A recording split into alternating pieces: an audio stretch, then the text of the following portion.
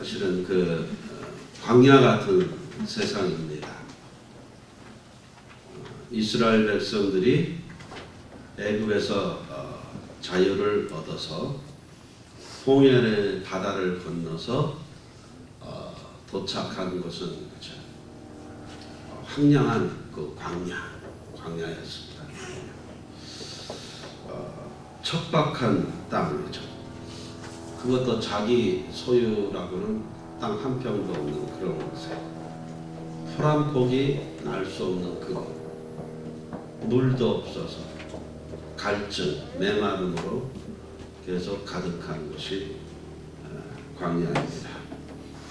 낮에는 햇빛에 뜨거움과 밤에는 저녁에 그 차가움이. 우리 김수미 씨 남편 옆에 가서 앉아도 괜찮습니다.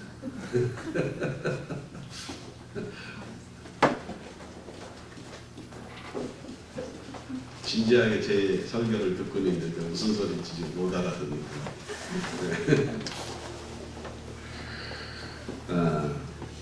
그 햇빛의 뜨거움, 그 다음에 저녁에 그 찬기운, 이 극한적인 상황에 오가는 것이 이 광야이죠. 광야. 지금 그 애굽에 그 선교사로 나가 있는 탑수연 선교사가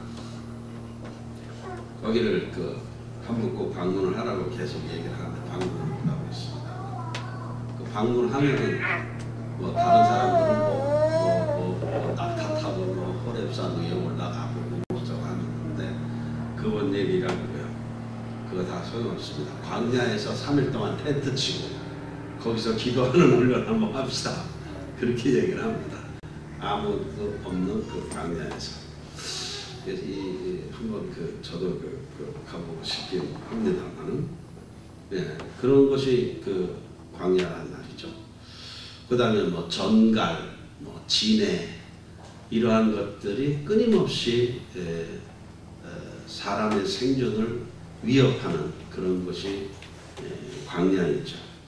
사실 오늘 우리들이 살고 있는 이 캘리포니아 땅 같은 경우는 비옥한 땅이란 말이죠. 또 우리가 살고 있던 한국, 얼마나 물이 맑고 깨끗하고 숲이 좋은지 모르겠어요. 뭐 요즘 대통령 선거 때문에 한국은 훅고 따라 있습니다만은 뭐 독재자 박정희의 딸이 뭐 후보된 것에 대해서 뭐 여러 가지로 말이 많습니다. 뭐 당연히 뭐 말이 많아야 되는 일들 중에 하나이지만, 그럼에도 불구하고 그 무식한 군부의 독재였기 때문에 가능했던 것 중에 하나가 뭐냐면 산에 나무 심는 거였습니다. 엄청나게 나무를 심었어요. 제 기억에도 매년마다 그 제가 통제해서 심은 나무가 거의 10만 주씩 정도 이렇게 됐으니까요. 굉장히 나무들을 많이 심었죠. 그래서 한국이 지금 그렇죠. 뭐 숲이 얼마나 아름답게 우거져 있는지 몰라요. 신학교에 처음 들어가서 배운 것들 중에 하나가 뭐냐면 산에 나무를 심는 거였습니다. 그래서 포천에 학교에 조림지가 있었는데 한 몇백만 평 될 거예요. 그 조림지에다가 나무를 거의 7, 80년 동안 심었어요. 그 7, 80년 동안 그 심은 나무가 뭐 지금은 전부 다 이렇게 아름드리 나무들이 다 됐는데, 그 아름드리 나무가 들어선 그것뿐만이 아니라 그 숲이 거기 우거지면서 거기에서 좋은 물이 나와요. 물이. 좋은 생수가 이 나무가 우거지고 그러면서, 그래서 제가 졸업한 학교에서는 생수 사업만으로도 엄청난 재정을 갖다가 학교에다가 보태고 있어요. 그것이 몇백만 평 되는 그 민둥산에다가 몇십 년 동안 나무를 심어 놓으니까 거기에 아주 좋은 냇물이 생기고 또 물고가 터지고 이렇게 해가지고 이제 그런 것이 있는데, 예, 나무를 심어야 됩니다. 나무를. 사막이라고 하는 것, 광야라고 하는 것은 그런 나무가 없는 그치? 그런 황홀한 곳이다 말이죠. 여러분 혹시 자이언트라고 하는 영화를 보셨습니까? 자이언트 영화. 거기에 럭 허드슨이라고 하는 주인공이 여자 주인공은 엘리자베스 테일러였고요. 그 다음에 또 하나의 사이드로 있었던 주인공이 제임스 딘이겠죠. 유명한 제임스 딘. 그 자이언트라고 하는 영화에 보면 럭 허드슨이 엘리자베스를 아내로 맞이하기 위해서 그 처갓집에 갑니다. 처갓집에 가니까 그 처남될 사람들이 질문을 하는 거예요. 당신은 텍사스에서 그렇게 땅을 많이 가지고 있다 그러는데 도대체 당신이 가지고 있는 땅이 얼마냐 이렇게 물어봅니다. 제 이 영어 실력이 짧아서 정확히는 모르겠습니다만 6만 에이커라고 이렇게 얘기를 해요. 60만인지 6만인지 하여튼 6만 에이커. 사실은 그 자이언트라는 영화는 실화입니다. 실화. 그래서 이제 그 결혼을 하는 두 신혼 부부가 기차를 타고 이제 가다가 그 기차가 그 칸만 남겨놓고 또 가버려요. 그리고 그 엘리자베스 테일러가 그 기차칸에서 잠을 자다가 아침에 일어나서 문을 열고 딱 내다본 그것은 진짜 광야였습니다. 광야. 허허벌판. 풀 한 폭이 없는 그런 허허벌판. 그 황량한 것이죠. 그런데 나중에 거기서 자이언트가 발견이 된 겁니다. 자이언트라는 것은 유정을 얘기해요. 기름이 나오는 구멍. 네? 그 유정이 발견되면서 거기에서 엄청난 기름이 쏟아져요. 그래서 그곳에 오늘날의 달라스 시가 거기에 세워지게 되는 그런 그 실화를 바탕으로 해서 만들어진 영화가 그 자이언트인데 이 광야, 그지? 그 속에 검은 황금인 석유가 묻혀 있을 줄은 누구도 몰랐을 겁니다. 그런데 사람의 눈으로 볼 때는 그저 풀 한 폭이 나지 않는 광야로 보일 수 있는 것, 또 그런 것이 또 광야라고 하는 것이죠. 어쨌든 오늘 이 시대에는 그 광야 같은 세상을 우리가 산다라고 표현을 해도 좋을 것 같아요. 살벌합니다. 사는 것이 살벌합니다. 어디서 총알이 날라올지 몰라. 어디서 누가 뒤통수를 칠지도 모른다. 그죠? 뉴욕의 그 지하철을 타는 사람들은 앞을 보고 타는 게 아니라 뒤를 보고 탄다 그러죠. 누가 뒤통수를 때릴지를 모른답니다. 그런 것을 우리가 살고 있어요. 살거라 총경이 나무라. 내일 일을 예측할 수 없는 것. 그렇죠? 뭐 하루아침에 홈리스가 되는 것이 미국이잖아요. 그 야후에 들어가 보니까 뉴스가 하나 이렇게 조그만 게 났는데 뭐 저는 그런 음식을 먹어본 일이 없는데 미국 사람들이 제일 좋아하는 초코파이 만드는 회사가 망했다고 그러죠. 18,700명이 하루아침에 해고당했다라고 그렇게 얘기를 합니다. 뭐 하루아침에 해고당하고 18,000 몇 명이나 되는 인원이 하루아침에 자기 그 밥벌이를 잃어버리고 미국은 이제 2달, 3달만 이거 뭐 페이먼 못하면 막바르고 그 쫓겨나는 그런 그 살벌한 땅 아니겠습니까? 데살로니가 전설을 여러분들이 읽으시면 알겠지만 왜 거기는 낮에라는 말, 그 다음에 빛의 거하라는 말 이런 얘기가 왜 많이 나오겠어요? 바로 데살로니가 교회에 보낸 그 서신은 그렇죠? 바로 우리 이민자들과 같은 사람들이 많이 살고 있는 삶을 들여다보고 있는 바울의 서신이란 말이죠. 이민자들의 삶이 어때요? 낮에 사는 사람들이 별로 없습니다. 밤에 여기 교회 병원에서 일하시는 간호사님들이 몇 분 계십니다만은 이제 아주 능숙하게 영어를 하고 그렇지 않은다면은 그저 평생 밤에 일을 하잖아요. 밤에. 왜 밤에 일을 해요? 낮에는 잘 그 주류에 있는 사람들은 잘 일을 안 한단 말이니까 전부 밤에 경비 쓰고 밤에 가서 청소하고 밤에 병원도 밤에 가서 일하고 이것이 우리 이민자들의 삶인데 데살로니가 교회 교인들이 바로 그런 삶을 살았단 말이죠. 다른 사람들은 다 낮에 일하고 밤에는 잘 때 삶을 거꾸로 사는 사람들이에요. 밤에 일하고 낮에 자는 거예요. 뭐 수입이 많든 적든 간에 그것은 여전히 주류에 속해 있지 못했다라고 하는 가장 큰 증거일 수가 있단 말이죠. 그렇죠? 내일 일을 예측할 수 없는 그런 곳에서 우리들이 살고 있어요. 그것이 시대적으로도 그렇고 또 개인적으로도 그렇고 그렇죠? 별로 인생을 살지도 않은 사람이 자꾸 노인된 것처럼 자꾸 얘기를 한다고 이렇게 얘기를 하시는 분들이 더러 있습니다만 사실은 우리 60을 살았다라고 하는 것은 인생 지금부터 사는 건 다 덤으로 사는 거예요. 덤으로 사는 겁니다. 옛날에 우리 어릴 때만 해도 쉬운 놈은 하늘나라 가시는 분들이 상당히 많았습니다. 요즘 육신이 좀 건강해져서 다 뭐 평균 수명이 늘어났다라고 얘기하지만 실질적으로 60년 인생 살았으면 인생 살 만큼 다 사는 거고 남은 인생은 덤으로 살아가는 인생이란 말이죠.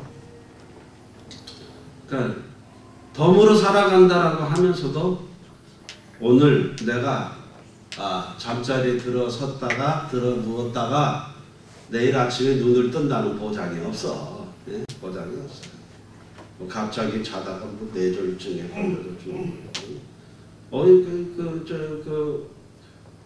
나이가 들면은 뭐 방을 따로따로 쓴다고들 그러대요. 예?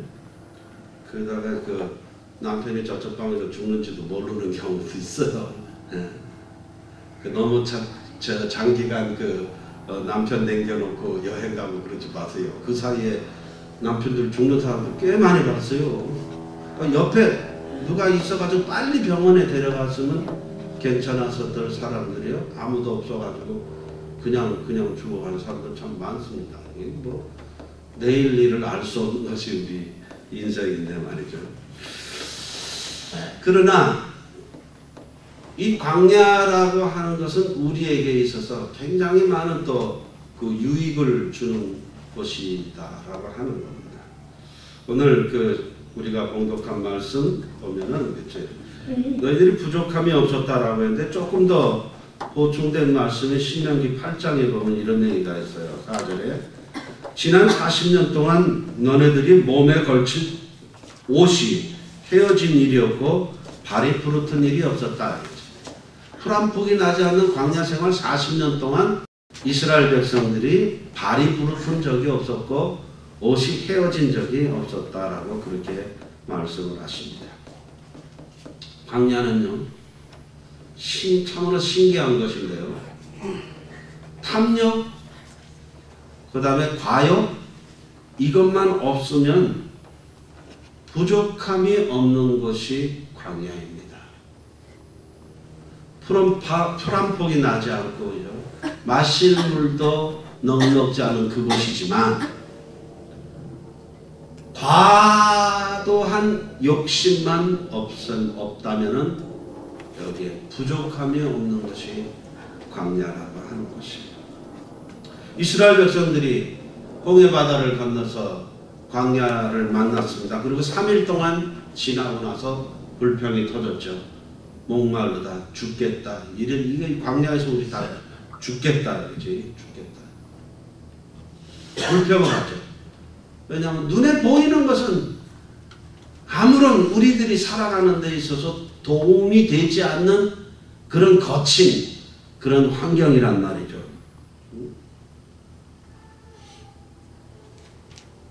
이스라엘 백성들이 그 광야에서 곤광을 느낍니다. 3일 만에 그 불평이 터져요. 불평이 터지는데 하나님께서는 이미 예비해 놓으신 만나와 메추라기를 통하여 그들의 그 광야 생활 40년 동안을 전혀 부족함이 없이 그렇게 풍족하게 채워주셨던 것을 볼 수가 있단 말이죠. 그럴 때 왜 이스라엘 백성들은 원망과 불평이 있었을까? 과도한 욕망이 그들로 하여금 그 불평을 하게 한단 말이죠. 왜요? 그렇죠? 왜 무슨 불평을 했어요? 없는 것을 찾는 거예요. 있는 것 가지고 만족을 해야 되는데 없는 것을 찾는 거예요. 야, 우리가 애굽에서 있을 때는 끓는 고기 가마솥 옆에서 그 고기도 먹을 수가 있었고, 우리가 부추도 먹고 마늘도 먹어서 그렇지. 이 광야 생활 하다 보니까 이제 정력이 쇠하여지겠다. 그렇지. 그때는 우리가 부추, 마늘, 고기 뭐 이런 것만 먹을 수 있었는데 없는 것을 자꾸 찾는단 말이죠. 있는 것 가지고 만족을 하는 것이 아니라 없는 것을 계속 찾기 때문에 거기에는 원망과 불평이 가득할 수밖에 없었다는 겁니다. 하나님은 이런 원망과 불평을 하는 이스라엘 백성들이 이런 표현에 있어요. 성경에 이가 시리도록 고기를 먹게 해주겠다. 그렇게 이가 시리도록. 이가 시리도록이라는 말이 무슨 의미인지 잘 모르겠어요. 저도. 근데 이제 이가 시리잖아요. 우리 이제 나이 먹으면 이제 이가 시리잖아요. 이가 시릴 때까지 고기를 먹게 해준다. 한 60년을 먹게 해준다는 건가. 고기를 그 표현을 전 잘 이해는 못하겠습니다만 어쨌든 이가 시리도록 고기를 먹게 해주겠다라고 우리 주님께서는 얘기를 하셨고, 메추라기를 정말 이가 시리도록 먹게 해 주셨습니다. 그렇기 때문에 이 광야는 탐욕과 과욕만 없다면은 부족함이 없이 그냥 같이 잘 살아갈 수 있는 곳인데, 사람들은 끊임없이 욕심을 부린단 말이죠. 욕심을 부리니까 이제 십계명도 만들어진 거예요. 남의 것 보고 탐내지 말아라. 십계명의 핵심은 그겁니다. 너네들은 하나님을 중심으로 해서 모여진 한 가족이다. 그러니 이제는 너네들은 남의 것을 탐내지 말아라. 너희들에게 주어진 것 가지고 자족하면서 살 줄 알아야 된다라고 그렇게 얘기를 하시는 거죠. 광야는 이 자족과 감사를 배울 수 있는 곳이라고 하는 거예요. 이 광야 생활을 통해서 우리들은 새로운 경험을 하게 된다는 겁니다. 사람들은 힘들고 고통스럽고 어려운 것은 피해가고 싶어 하잖아요. 그러나 이제 그 힘들고 어려운 상황이 있기 때문에 오늘 우리의 의식이 성숙해질 수 있다는 것을 사람들은 잊혀먹습니다. 이 힘들고 어려운 고통의 삶의 그 시간들이 우리에게 얼마나 사람답게 만들어가는 가장 큰 힘인지를 사람들은 잘 모르는 거예요. 특히 어린 사람들은 잘 모릅니다. 그저 편안하고 즐겁고 자기들이 원하는 거 있으면 그것이 행복한 인생이라고 생각을 해요. 그래서 고통은 싫어. 그저 힘든 거는 싫어. 이거예요. 요즘 드라마를 보면 다 그런 거 아니에요? 남녀 관계. 좋은데 너하고 결혼하는데 평생이 고단할 것 같아. 그래서 돈 벌고 결혼했다가 생기는 여러 가지 일들. 그거 다 드라마의 소재가 다 똑같은 건데. 제가 전도사를 할 때인데요. 그 전도사를 하던 교회가 조금 잘 먹고 사는 사람들이 모인 동네에 있던 교회란 말이죠. 제가 중등부 전도사를 하고 있는데 가끔 이제 생각하면 좀 민망해요. 그때 중등부 전도사 할 때 중등부에 있는 그 교사들만 약 40명 정도였어. 지금 우리 교인 성인 다 합쳐서 40명 되기가 어려운데 말이죠. 학생들도 한 200~300명이 됐었고 말이에요. 이 여름에 이제 학생 수련회를 하는데 우리 중등부의 부장 집사님이 육군 대령 출신이에요. 제대한 지 1년도 안 돼가지고 군인 정신 딱 들어있는 육군 대령 출신이 중등부 부장 집사님을 하시는 데가 제대한 지 이제 뭐 한 2, 3년밖에 안 되는 육군대위 출신의 전도사가 딱 오니까 이 부장 집사님이 너무 즐거워하시는 거예요. 예? 같은 군대 출신들끼리 만났단 말이지. 그래가지고 우리끼리 통하는 그 언어들이 있지 않습니까? 그 부장 집사님이 저한테 그래요.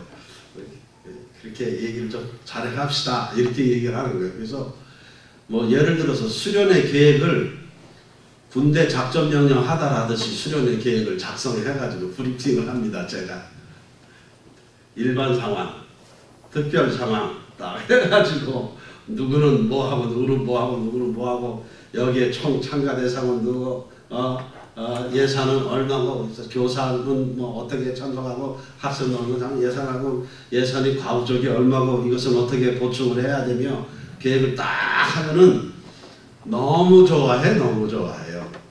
근데 우리 부장 집사님만 대령 출신이 아니라 부감은 해병대 대위 출신이고 또 고문 장로님은 또 공군 대위 출신이야.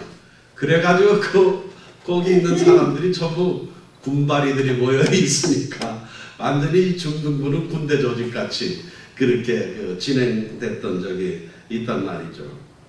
거기서 이제 여름 수련회 계획을 짜는데 제가 이제 한 끼 금식하며 노동을 하는 그런 프로그램을 삽입했다가요. 선생님들이 다 결사반다는 선생님들이. 이유는 하나예요. 어떻게 아이들을 굶깁니까? 이거예요. 우리가 한 끼 금식해가지고 뭐 성경 헌금도 하고 그러면 좋지 않습니까? 그러니까 아이들도 굶는 훈련 한번 해봐야 합니다. 이게 통하지 않는 동네 교회였어요. 야, 대단합니다. 적어도 그렇지. 잠자고 먹는 것은 최고 수준으로 유지를 해야 돼요. 뭐 다른 프로그램은 여러 가지 넣어도 뭐 상관하는데 거기에서 문제가 생기면 부모들이 난리가 나는 것입니다. 부모가 난리가.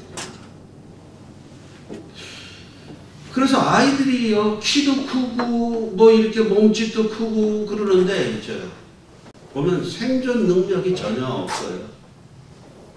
우리 어릴 때만 해도 그렇죠.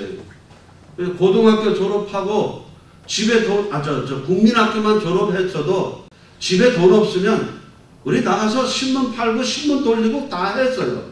경제적으로 그 집안을 돕는 일에 13살, 14살 돼도 다 했다니까요. 그 이전에 아이들도 다 했어요. 요즘은 나이 30 먹어도 나와서 돈 10원을 벌 줄을 몰라. 노동을 하는 것은 큰일 나는 줄 알아.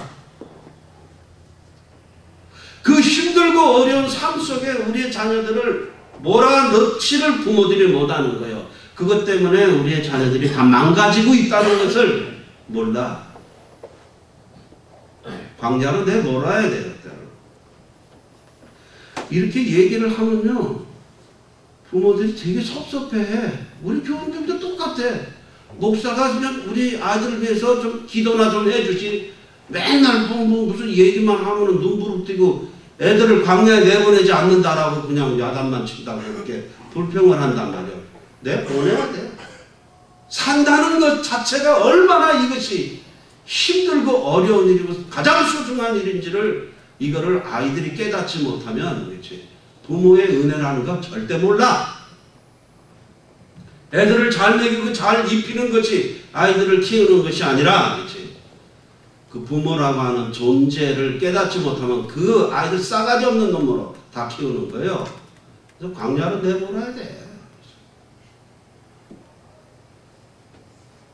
그래야 사람들이 됩니다. 사람들이. 고통을 겪어보지 않고 그렇지. 땀을 흘려보지 않고 이 광야라고 하는 것 말이죠. 그렇지. 힘들게 애써도 그렇지. 소득이 없는 곳이 광야일 수도 있다는 말이죠. 그 막막함 속에 아이들이 내던져져야 돼. 이 시간이 이럴수록 좋아. 이럴수록 좋아. 우리 아이들이 사람 노릇 못한다라고 혹시 부모들 가운데서 탄식하는 부모들이 있다면 그치? 그 잘못 키운 거예요. 어릴 때부터. 광야는 내가 몰았어야 되는 거예요. 땀을 흘리는 것이 얼마나 소중한 일이고 가치 있는 일인지를 그거를 깨닫지 못하면 그 아이들은요 평생 감사라는 게 없어.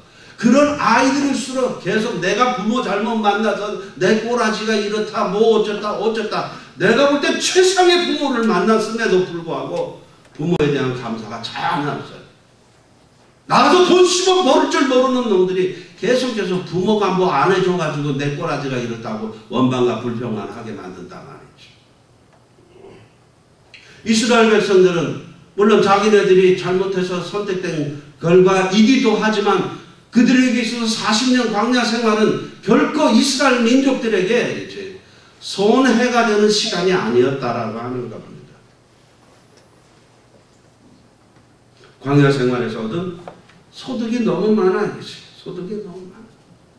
그 중에서도 가장 큰 소득은 뭐였어요? 그렇지? 새로운 경험을 했다는 겁니다. 이렇게 표현을 하죠. 신명기 8장 3절에 보면은 너희들은 이제 이런 경험을 하게 너희들은 이런 경험을 했지 않느냐. 너희의 조상들이 전혀 경험하지 못했던 것을 경험했다. 너희 조상들이 알지 못하던 전혀 알지 못하는 만나와 메추라기를 너희들이 먹었지 않느냐. 새로운 경험을 하는 거예요. 새로운 경험. 광야에 가야만 경험할 수 있는 것들이 있어요.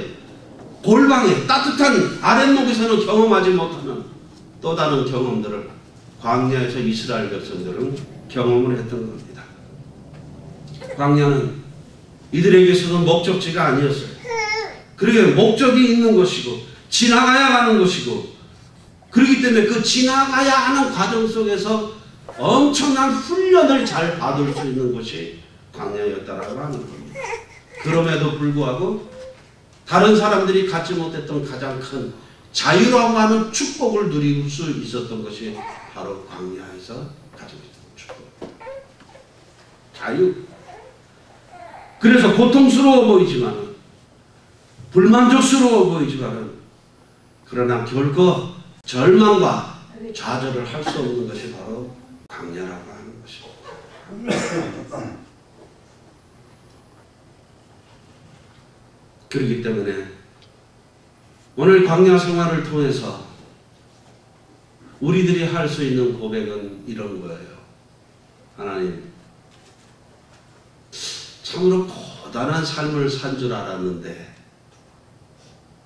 참 격렬하고 그 거친 삶을 살아온 것처럼 생각돼서 내 인생은 왜 이렇게 박복한가 라고 하는 탄식이 우리에게 있었음에도 불구하고 그 지나간 시간을 돌이켜보면 이런 고백들을 우리가 할 수 있는 거예요. 내 잔이 넘치나이다. 내 잔이 넘치나이다. 시편 23편 5절 6절 말씀이 그래요. 내가 사망의 음침한 골짜기를 다녔을 그때에도 뒤돌아보니까 주님이 나와 함께 계셨고 내가 원수에게 둘러싸여 있는 가장 긴박한 순간에서도 우리 주님께서는 나에게 식탁을 베풀으셨고 내 머리에 기름을 바르셨고 내 인생에 있어서 한 번도 부족함이 없었습니다라고 하는 그런 고백을 하는 것이 바로 시편 23편의 고백입니다. 힘들었었는데 굶지 않았네요. 살아남았습니다. 살아남았습니다. 그래서 이런 경험들을 통해서 우리가 얻는 것이 뭐예요? 아, 광야 믿음으로 사는 것이 믿음으로 사는 것이 무엇인지를 우리가 훈련을 받은 거예요. 믿음으로 산다는 것이 무엇인지 눈을 떴다는 거예요. 옛날에 보지 못하던 것들 말이죠. 믿음으로 사는 것을 배우는 거예요. 가장 힘들고 고통스러워 보이지만 가장 힘들어 힘들었던 그 격렬한 그 고단한 삶, 그때에 우리 주님께서 나와 함께 계셨고, 그래서 내가 그것을 이겨낼 수 있었고, 그래서 오늘 내가 주님이라든지 인생이라든지 믿음이라든지 이런 것에 대해서 얘기할 수 있다라고 하는 겁니다.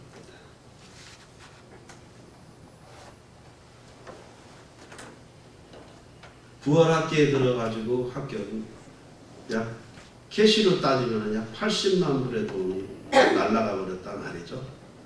아, 이것만 있으면 내가 얼마나 행복할까. 그런 것이 있지만 한편으로 생각하면 그거요. 야, 옛날에는 돈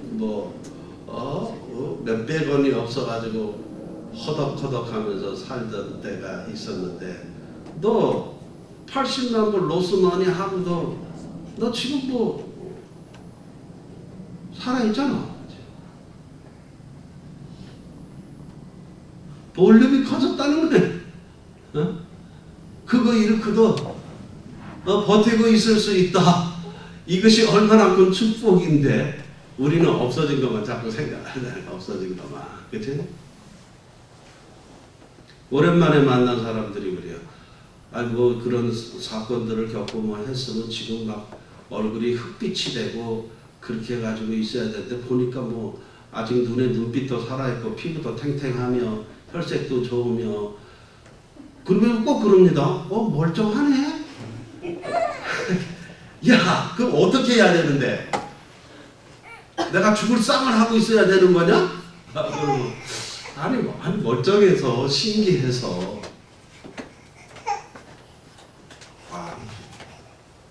그런 얘기를 들을 때마다 한편으로 짜증나면서도 이것이 내게 주신 하나님의 은혜구나.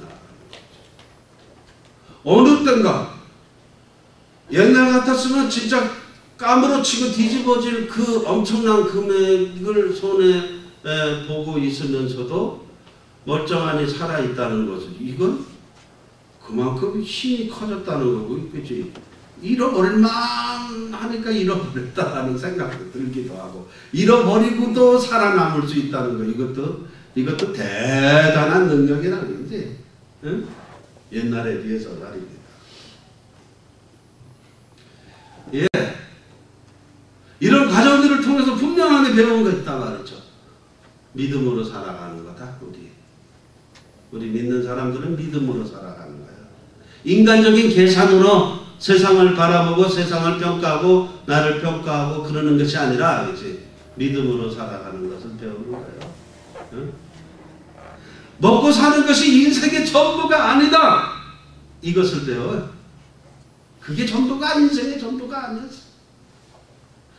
사람들 보면은 막 돈 10원, 20원 가지고 막 엉당해요. 그래서 10원을 얻기 위해서 다른 사람에게 몇만 원어치의 상처를 주면서 그 10원을 얻기 위해서 막 아등바등하는 사람들이 있단 말이죠. 먹고 사는 것이 인생의 전부가 아닌데. 그래서 선한 것, 아름다운 것, 함께 사는 것에 대한 가치를 다 잃어버려. 광야 생활을 통해서 우리가 잃어버릴 수 있는 그 가치를 새롭게 인식을 하는 거예요. 더 중요한 것들이 있어. 더 중요한 것. 선한 것, 아름다운 것, 함께 산다는 것. 이것이 얼마나 복되고 아름다운 것인지를 우리 모른단 말이죠. 내가 그래서 사람들에게 좀 말 조심하고, 내가 하고 있는 말이 다른 사람들에게 상처를 줄지 안 줄지를 갖다 좀 생각하고 얘기를 하고 계속 그러나 하는 것은 뭐냐면, 함께 더불어 산다는 것이 얼마나 복되고 아름다운지를, 그거를 말이죠. 그 가치를 우리가 좀 깨달아야 하기 때문에 그런 겁니다. 학교요, 참으로 나를 힘겹게 만들고 있어요. 어떻게 보면 내 인생에 있어서 가장 황금 같은 시간을 거기다 다 쏟아붓고 모든 것 다 쏟아붓고 했지만 여전히 나를 힘들게 만드는 그런 것이 학교이지만, 그러나 이제 학교는 설립 때 분명한 목적이 있어요. 목적이. 그 목적이 뭔지 아십니까? 무작정 미국으로 달려와서 눌러앉은 불법 체류자가 될 수밖에 없는 사람들 때문에 그 학교가 세워진 거야. 다른 이유가 아니야. 시간이 지나면서 그것을 유지하기 위해서 더 많은 돈이 들어가고 그것이 나를 이렇게 고통스럽게 만들지만은 이거 세워진 근본적인 목적은 나를 위해서 세워진 게 가장 적은 비용으로 합법적인 체류 신분을 유지하게 하기 위해서 만들어진 것이 학교라니까. 이걸 잃어버려 사람들이. 이걸 잃어버리고 있어. 그렇게 세워진 학교를 이용하고 사람들이 말이죠. 자기 이익을 위해서. 또 자기 이해하고 반해지면 뒤통수 때리고 욕하고 절망, 낙심 막 이런 것이 가득 막 옵니다. 그러나 그때마다 그래요. 하나님, 혹시 학교를 운영하면서 제가 인간적인 생각을 할 때도 있고 때로는 무리를 할 때도 있고 하지만 하나님, 애초에 제가 가지고 있던 그 선한 동기, 그거 하나님 아시지 않습니까? 그 선한 동기.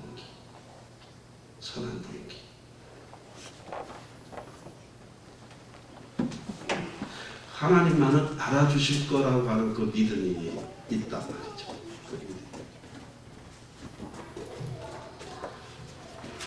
그래서 오늘 광야 같은 이 세상에서 이 학교가, 이 교회가 정말 삶의 동기와 의미를 찾는 곳이 된다면 많은 사람들이 그 삶의 의미를 찾고 삶의 동기를 부여받는 것이 된다면 하나님, 그저 이것도 저에게 겪어야 될 어려움이라면은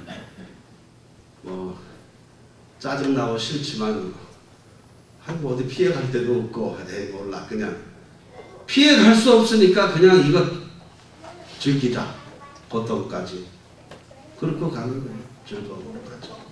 나 힘들지 않아서, 편안해서 절대 아니에요. 하나님께서 그 선한 동기를 알아주겠지 않아요. 그 신뢰, 그 믿음이 말이죠. 오늘 우리 눈에 보이는 것이 전부가 아니고 여기를 통해서 어느 날 말이죠. 그저 이런 목적으로 이렇게 해서 다 했는데 어느 날 여기서 우리가 알지 못하는 그치 폭발적인 그치 부흥의 역사가 일어날지도 모르고 하나님의 일꾼에 세워질지도 모르는 것이. 그죠? 어느 날 숨겨진 유전이 터지듯이 말이에요. 그 우리가 알지 못해.